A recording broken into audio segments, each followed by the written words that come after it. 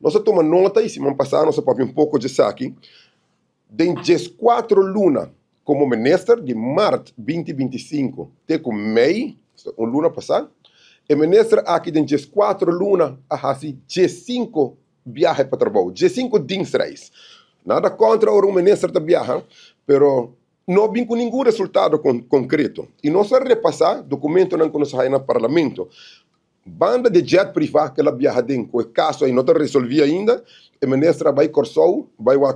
time de Corsou Hunga, numa outra ocasião, nós tomamos nota, o ministro vai Santo Domingo, vai o Cuega de Bala, nós tomamos nota, o ministro vai Williamsport, ano passado, vai o Cuega de Bala, nós tomamos nota, o ministro vai Porto Rico, vai o Cuega de Bala, nós tomamos nota, o ministro vai Merca, vai o Cuega de Bala, Holanda Hunga, Bimback, depois nós tomamos nota, o ministro vai Merca, vai o Corsou Hunga, e assim, tem uma série de viagens sem nenhuma visão e plano concreto. E não só de nós calculações, e nós estamos na pergunta escrita para o ministro, a malgastar 500 mil florins caba na viagem, com nota de um plano e uma visão concreto a respeito disso aqui.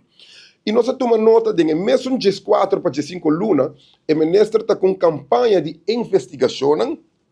qual está seu direito, e nós podemos seguir também um pouco de cerca, que tem tanto CAD e SOAB, que está Stichting Overheids Accounting Bureau de Corsou, está fazendo investigação de caso aqui na FFD.